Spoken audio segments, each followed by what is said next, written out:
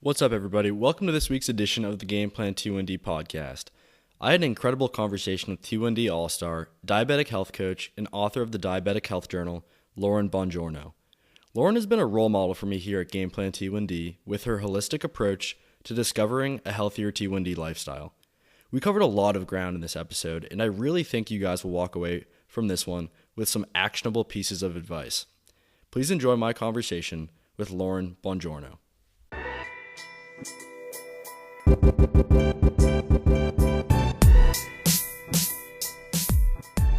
Welcome to the Game Plan T1D Podcast. I'm your host, Sam Benger. On this podcast, we explore the lives of athletes living with T1D to try to uncover what it is that allows them to excel despite their diabetes.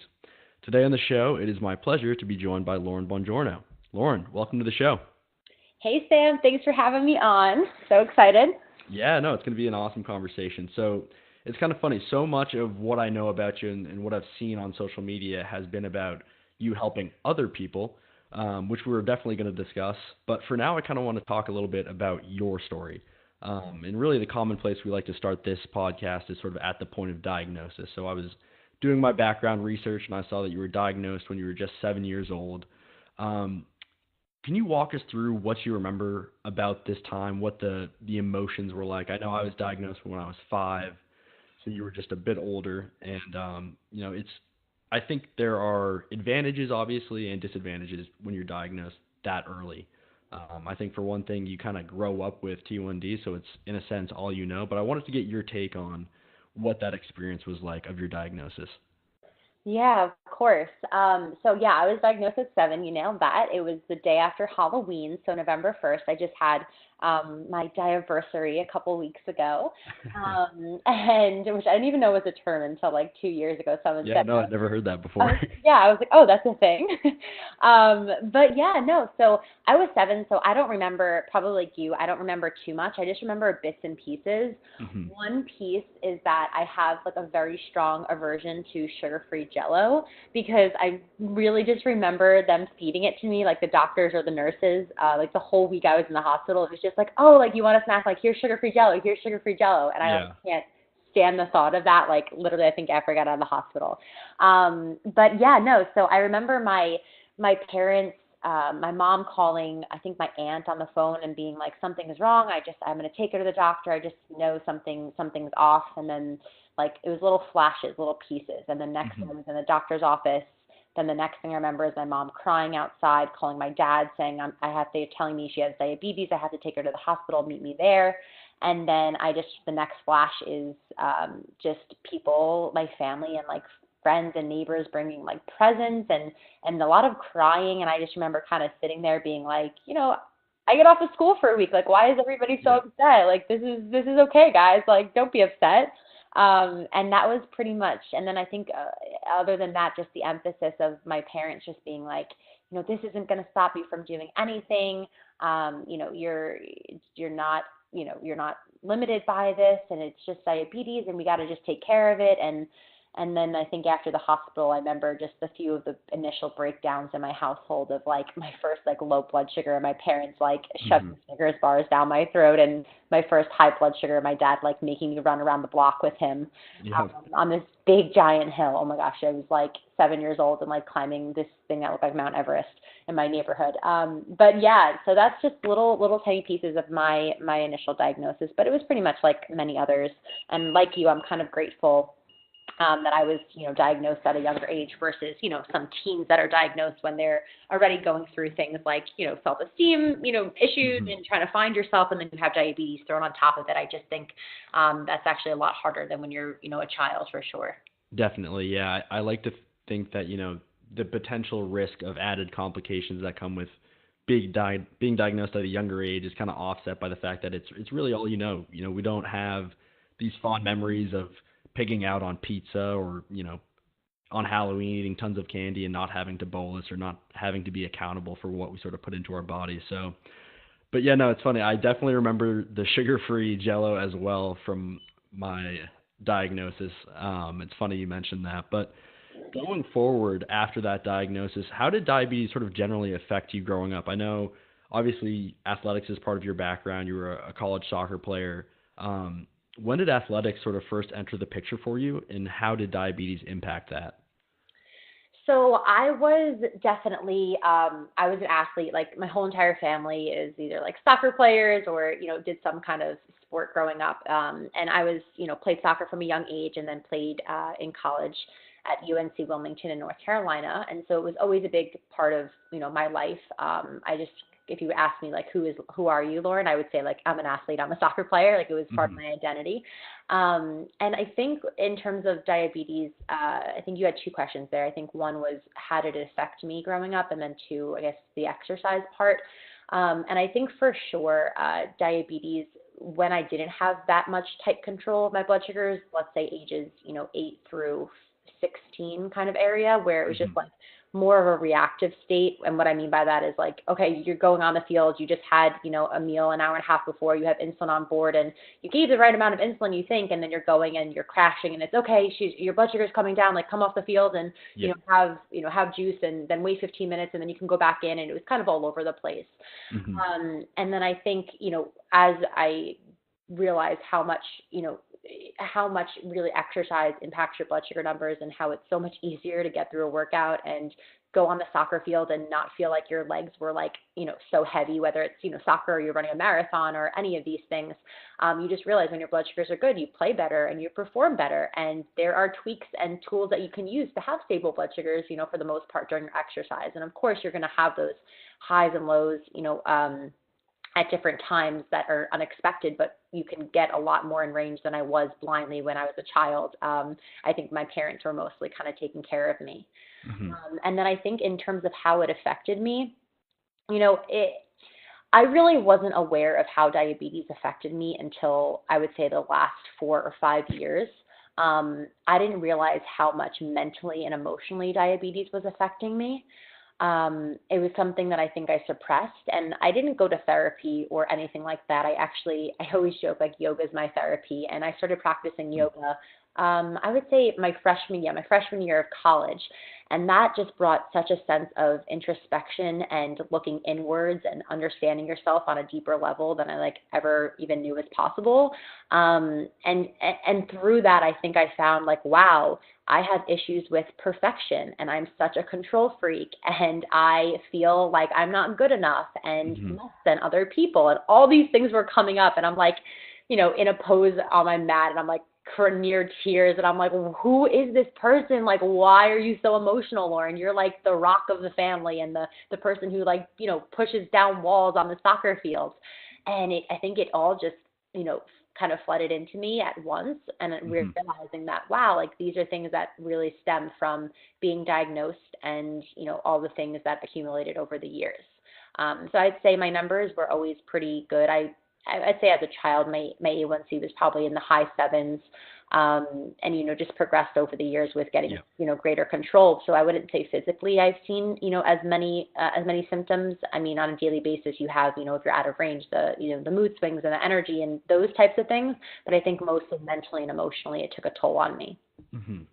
Yeah, no, it's funny. You mentioned just in sort of terms of talking about your identity, through college being a soccer player, and then transitioning sort of from that. It's kind of interesting. I'm at a point now where played football through, I think, 17 years of my 23-year life so far, and am now at the point now, graduated college this past May, and in transitioning out of that, I think diabetes has kind of become a bigger factor, sort of similar to you where you said you were kind of able to suppress it to an extent. It now is sort of taking a broader or more important role in my life. So I wanted to talk about your sort of discovery of yoga as a practice. You mentioned it's really therapeutic for you. And it sounds like this was sort of a jumpstart of your broader approach to diabetes care and sort of being more holistic in terms of treatment. And obviously as diabetics, we learn that our care is about, so much more than just taking insulin and checking our blood sugar. There's so many factors that impact us. So really the holistic 360-degree approach makes sense. And one of the things that you talk a lot about on your social media is mindfulness. So I wanted to sort of start with the discovery of yoga, and then from there we can kind of dive into how that impacted your own outlook in the mindset that you kind of go about your diabetes with today? Oh, yes, I could talk about this forever. So I'm glad you brought this up. But just a note too is like, I think you can definitely relate, and anybody listening who is an athlete or not even an athlete, but who has more of that mentality with, just their life of like, we're just going to push through it. We're going to get through it. And, I think with athletics, it's just like, yeah, all right, you got hurt, like get back right up, get back in the game kind of thing, or we're down one goal, like let's get, or a touchdown, whatever it is, like we got to get going. We got to move forward. I think it's one of the greatest things about us is that we can push forward. And a lot of people with type 1 diabetes have this resilience about them. I'd say all of us do. But when you introduce that piece of slowing down and being mindful and really getting in touch with your emotions, like that's what being mindful is about. And that just opens up a whole new world to just living life in a more balanced, happier way, how it can be.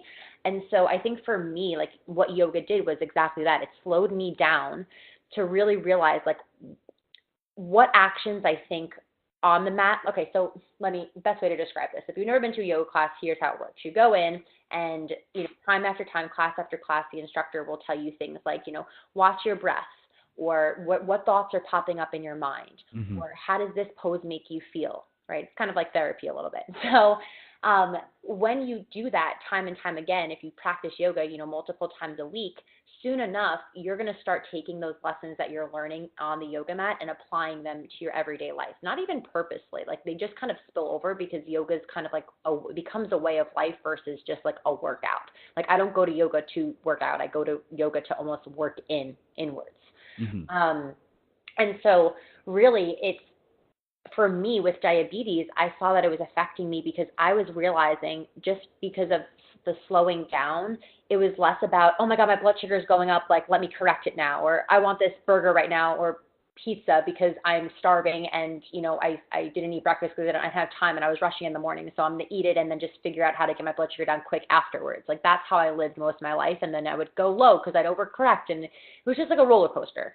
Yeah. So what happens is when you're able to slow down, you're able to, like, for me, emotional eating was like a big, big thing for me. Like I was triggered for a while by like, I'm tired, I'm bored, I'm stressed out, like, oh my gosh, I want to procrastinate and not do this work right now. Like that's all triggers for like food. So no matter how many times I went to the endocrinologist and she was like, your numbers overnight are crazy, you need to stop snacking at nighttime. Yep. It's like, okay, like I know I should not be eating like chocolate and chips and all that at nighttime, but like that's not the issue. Like the deeper issue by looking inwards is I need to figure out how to replace my habit of, food soothing my stress at nighttime if I was doing work with something else.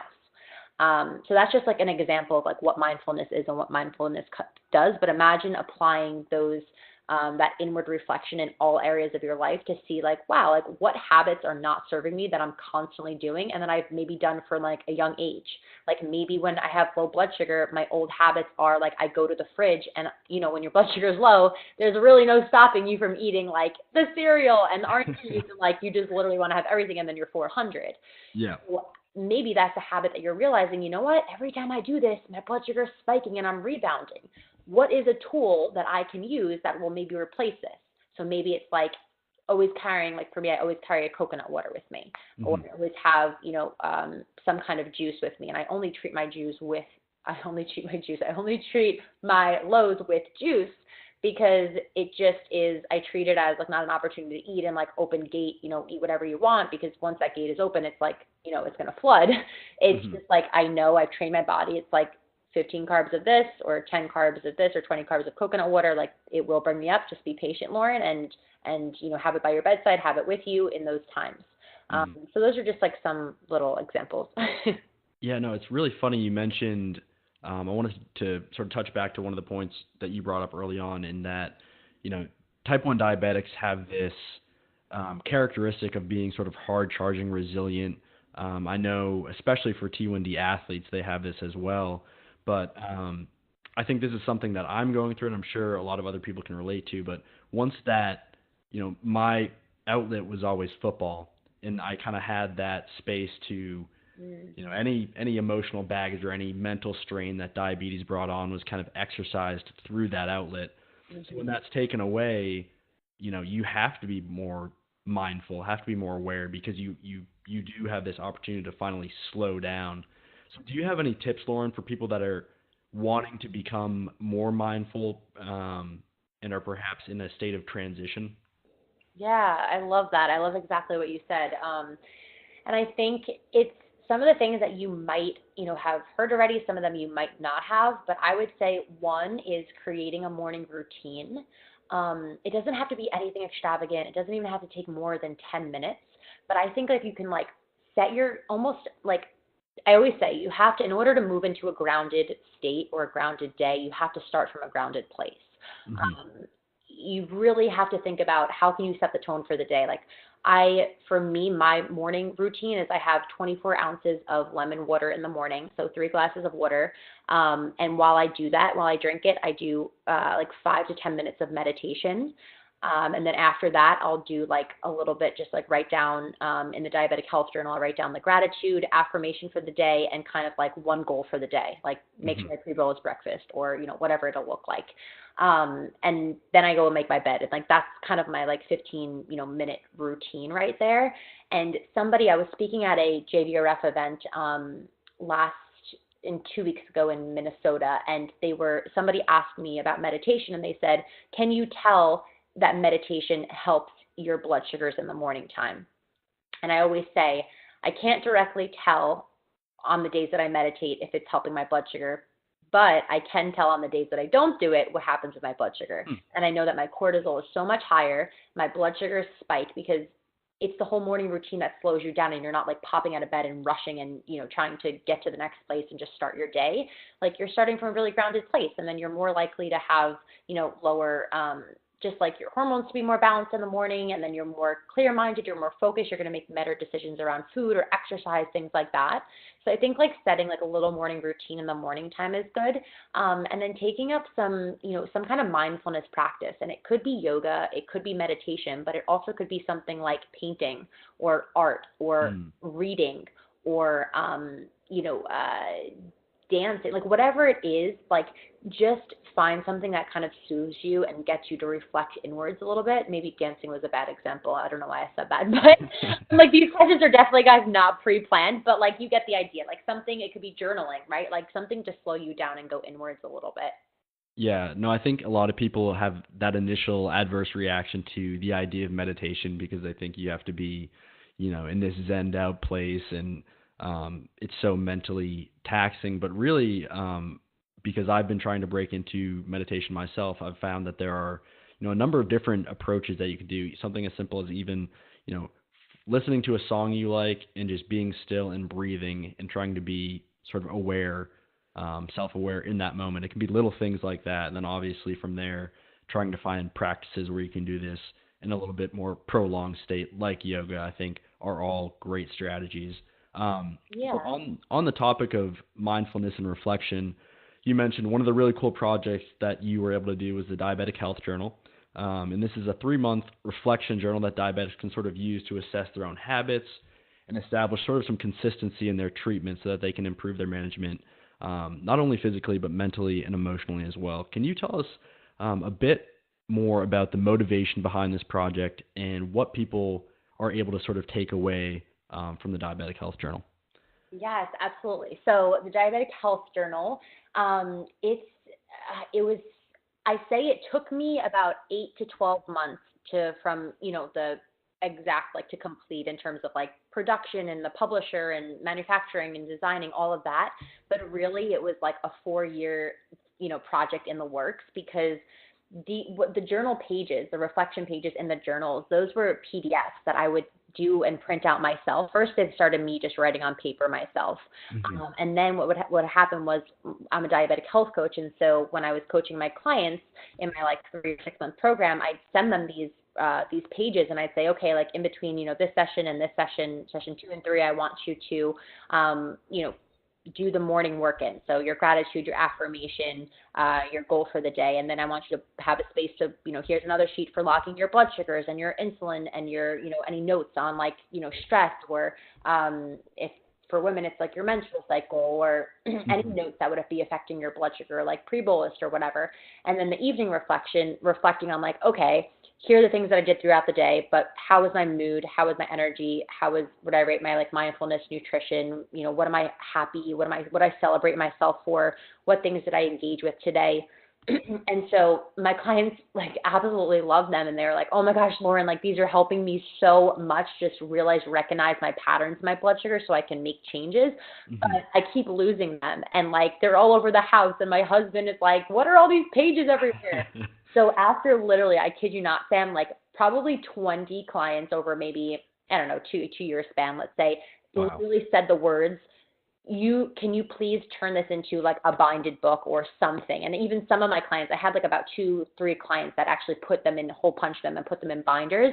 So it's like, this needs to be like, we need to make this into a book for everybody, and it's just such a helpful tool. And I don't know if you've seen like on Instagram, the Diabetic Health Journal page, but we have people write into us like every week that are like, oh my gosh, only been using the journal for 2 months and my A1C is lowered from an 8.6 to a 7.2. Or like, I think the most recent one was like a 6.7 to a 5.8. Like, I mean, it's insane. And so I really just think that it's like a lot of us get frustrated with the results we're getting, but it's not really all our fault sometimes because we don't have the tools or the right resources that we need to get that. And so we're taught a lot of times that we just go to the endocrinologist, ever since you're diagnosed, you get your basic like survival tools of like, here's your insulin, give it to you when you're high. Here's what you do when you're low. Like we'll check in with you for the first couple of weeks really intently. But then after that, just, don't really call me unless there's like a very big emergency.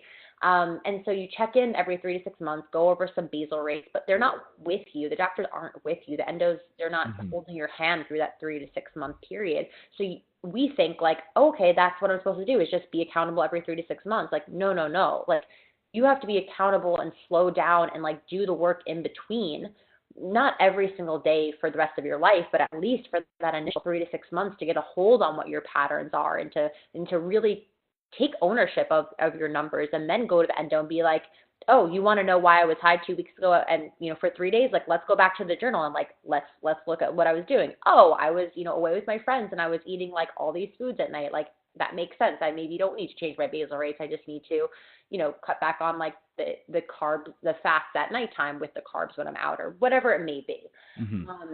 So yeah, that's kind of how it was born. And we have, hundreds of people, I think we're in over 20 countries around the globe. We're in like the craziest places. Like I think someone bought it from like Malaysia the other day.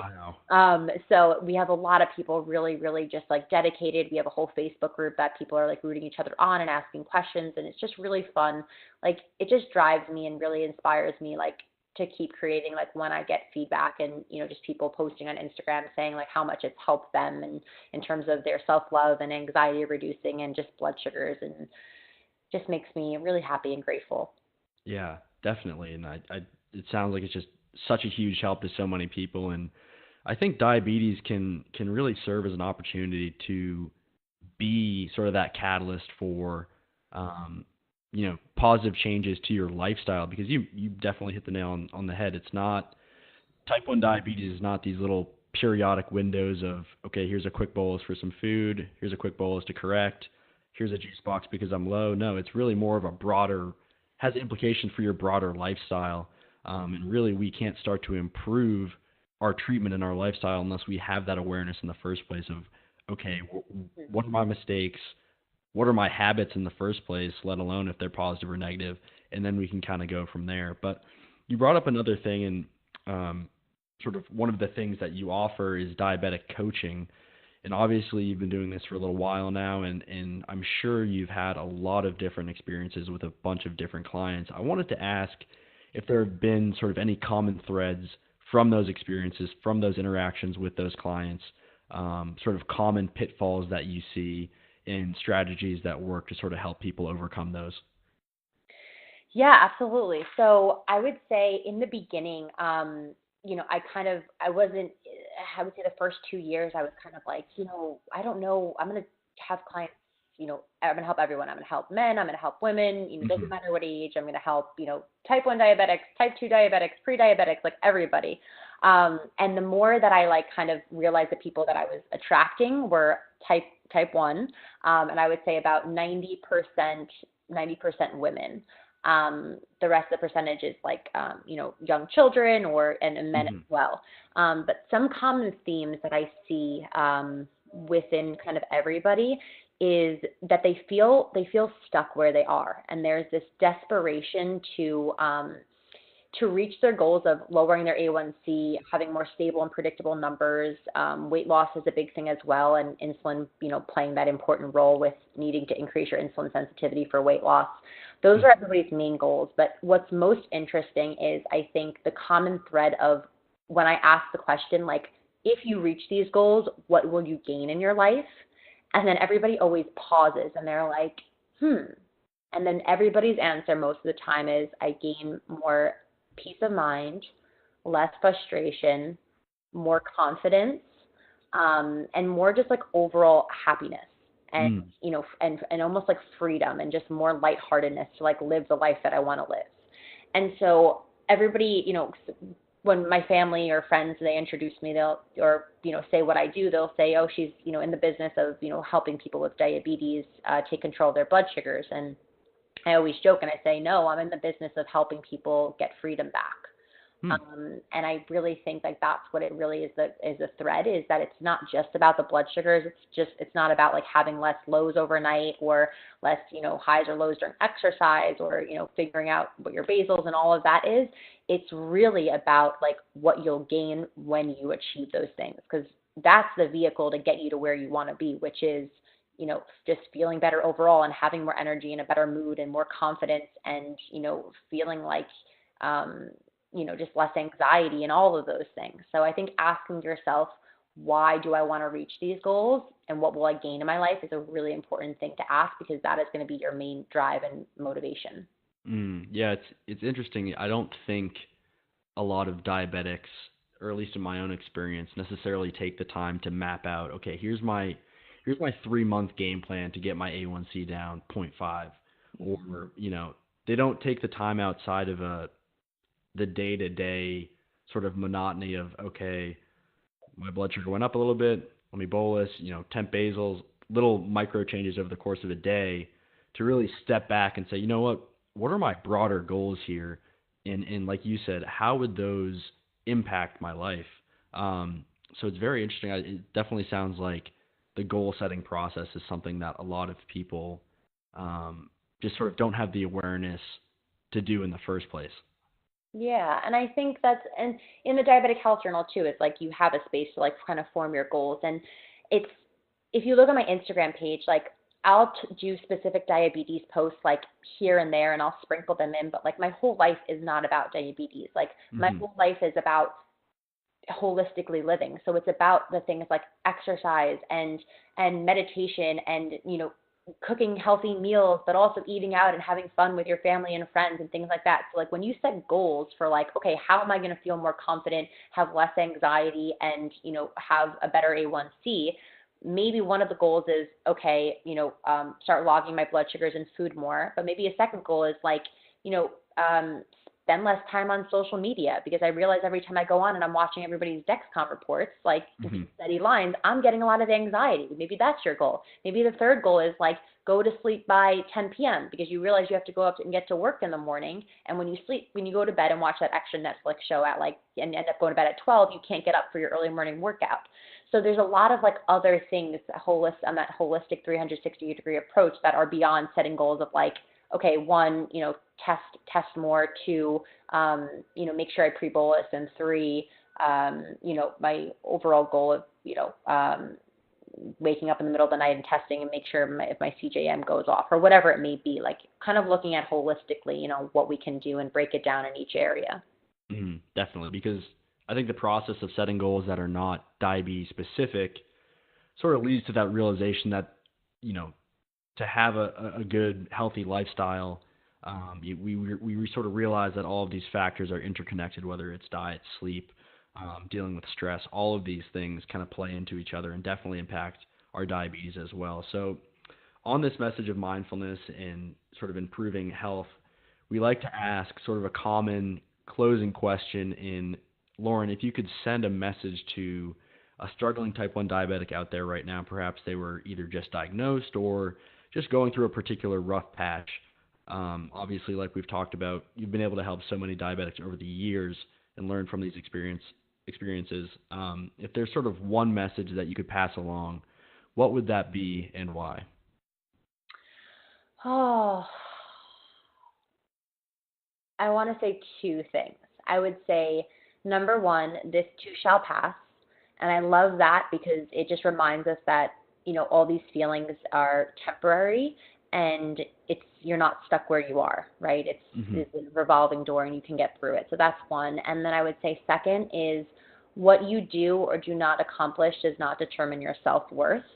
And I always had to remind myself of that, like during hard times, because it's hard when you have a few rough, days of blood sugars, whether it's because you're sick or your pump site's just not, working because you hit scar tissue or like whatever it may be. We all have those days. We can't be perfect. And no matter how mindful you are, like diabetes still, there's 1,000 factors, right? And that's what makes it so hard and so overwhelming sometimes. So you have to let go of the imperfect times, but just remembering not attaching those numbers to your self-worth and knowing that it's like, okay, this is diabetes and I am me and I am worthy and I am perfect and I am whole. And that's one aspect. And then the other aspect is, okay, I have to figure out what's going on the diabetes side, but trying not to intertwine them as much, I think, can be really helpful for if you're feeling overwhelmed or just, like, oh, I failed today, right?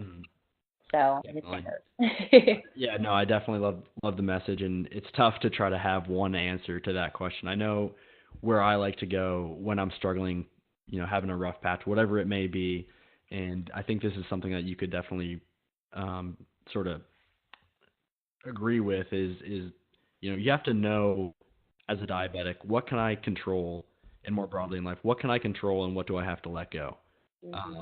And this is so huge, and you said it before, I definitely struggle with this. Striving for perfection can be a very dangerous thing, and it can be incredibly stressful as well. So if you're going through a rough patch right now, just try to think about, all right, am I controlling what I can control? And if it's out of my control, like maybe you mentioned you're sick and your blood sugars are going all over the place, you'll get through it. You have to be able to understand and identify what are those few things that I can control, and the rest is sort of out of my control, and let it be. So I definitely think that's an important message as well. Yes, I agree. And I think the last thing I'll say on that too, because I think that's an important theme, is like control what you can and let go of what you can't. I think the problem I see a lot is that with diabetes, a lot of people with type 1 think that there's a lot more out of their control than there is in their control. And what I've seen in my personal life and what motivates me to continue doing my work as a diabetic health coach and coaching people all over the world with, reaching their goals is that when you take the time to slow down and be mindful, you'll start to realize there's actually a lot more things in your control and tools that you can add to your toolbox that you couldn't see when you were moving so fast and just, pushing through each day. So I think that's, again, goal is like figure out exactly what's in your control, which is probably more than you're figuring out if you're just moving fast and not taking the time to slow down or getting help or, reaching out, getting support, reading a book on more to educate yourself, those types of things. And then there's the letting go of the times that you can't. So I love that we ended with that. It's so important. Definitely, yeah. And I think my takeaway from this whole conversation will just be sort of slow down. I think sometimes we can just get so hyped up and hyper focused on certain things, but just being mindful, slowing down, and trying to establish, what's helping me and what's hurting me. What are the habits that are empowering good health and good diabetic health, and really work to try to maximize those. But obviously, as we touched on, I think the Diabetic Health Journal will be a great place for a lot of different diabetics who are struggling right now. So if you're trying to establish a little bit more control, definitely go give that, go check that out on the is it diabetichealthjournal.com or is it through your website? Just diabetichealthjournal.com you can go to, or laurenbongiorno.com, either or. Perfect. Yeah, definitely give that a look, and check out Lauren's social media account as well. Where can our listeners find you on social media? So my handle is just my name. It's at Lauren, LAUREN _ Bongiorno, BONGIORNO. Perfect. All right, Lauren. Well, thank you so much for coming on the podcast. I think we both learned a lot, and hopefully our listeners will be able to walk away a little bit more mindful going forward. So thank you again.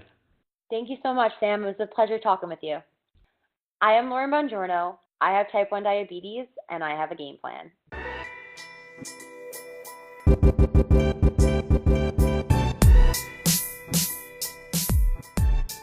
We hope you enjoyed this episode of the Game Plan T1D Podcast. For related content, please visit www.gameplant1d.com or follow us on social media at Game Plan T1D. Find your game plan.